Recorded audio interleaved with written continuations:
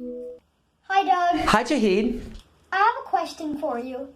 Who invented the alphabet? Ooh, that's a great question. Who invented the alphabet? I think one of the things that makes this such an interesting question is the whole idea that there wasn't always an alphabet. Today, we have both speaking and writing, so it's tempting to think we've always had both. But we haven't always had writing. We had speaking first. Isn't that interesting? Someone had to invent the alphabet. Someone had to come up with the very idea of writing.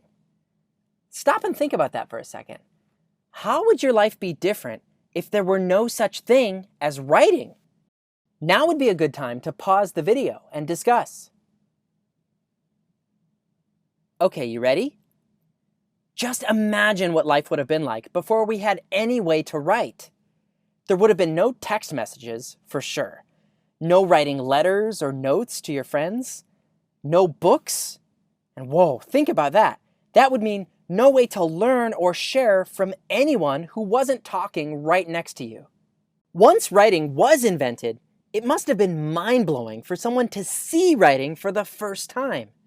They might have said, wait, we can all speak, but this here, these are symbols for what we speak? Something written down? Something you can hold and take with you? That's weird. It might have seemed almost like magic. Think about it. Now people would be able to send each other messages from faraway places. They could even send messages to the future, writing down important stories, memories, or things they'd learned to help make sure it wouldn't be forgotten. So, who came up with all of this? Who invented the alphabet? Well, for starters, you might be interested to know that there's not just one way of writing. There's not just one alphabet. There are actually a lot of different alphabets used by different languages. These ways of writing use different symbols than the symbols we use in our alphabet. For example, in the Korean alphabet, the symbol for the letter S, the S sound, looks like this. The symbol for the H sound looks like this. These are just two examples, and you can see how different these are from the symbols used in the alphabet we use in English. Or in the way of writing used in many parts of India, called Devanagari, the symbol for the sound looks like this. The symbol for the B sound looks like this, and more. In fact, many of these alphabets use not just different symbols, but totally different ways of writing. For example, in Arabic writing, it's always written from right to left, the opposite direction that we write when we write in English. Or in some languages like Chinese, Japanese, and Korean, it's possible to write not just side to side, which they do, but also up and down, which sometimes writers in these languages will do. You can find a lot of books written that way. Some languages, like Chinese, even use a completely different way of writing, where many of the symbols aren't sounds at all, but instead stand for entire words. For example, this symbol is the symbol for the word home, or this one is the symbol for the word cat. Because of the way that Chinese writing uses symbols for words rather than sounds, becoming a master of reading and writing in Chinese takes a lot of years.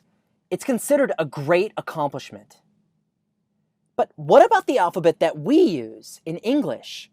How did it get invented? And by whom? Well, most historians, the people who study the past, think that the credit for inventing the alphabet belongs to an ancient group of people called the Phoenicians. It's thought that thousands of years ago, the Phoenicians came up with the idea of using symbols to stand for sounds.